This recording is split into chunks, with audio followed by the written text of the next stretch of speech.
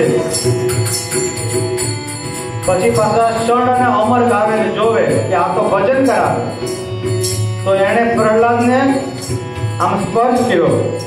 હરે રામા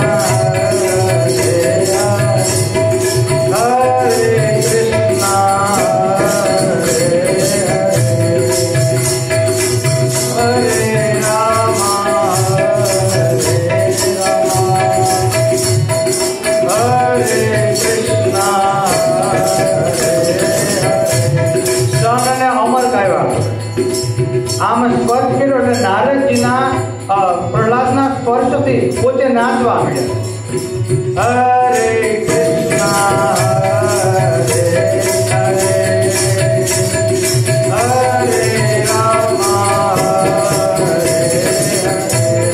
એને કરંટ લાગ્યો, ભક્તિનો કરંટ લાગ્યો. પ્રહલાદને સ્પર્શ કર્યો, થોડી વાર લાગી અને હિરણ્યકશિપુ આવે. હરે રામ હરે રામ હરે કૃષ્ણ. જો પ્રહલાદજીના કરંટથી બંનેને કરંટ લાગ્યો, ષણ અને અમરને. હિરણ્યકશિપુને ન લાગ્યો. કેમ ન લાગ્યો? એ ખોટો બલ્બ હતો એટલે. ખોટાને કોઈથી ભક્તિનો અસર થાય. હરે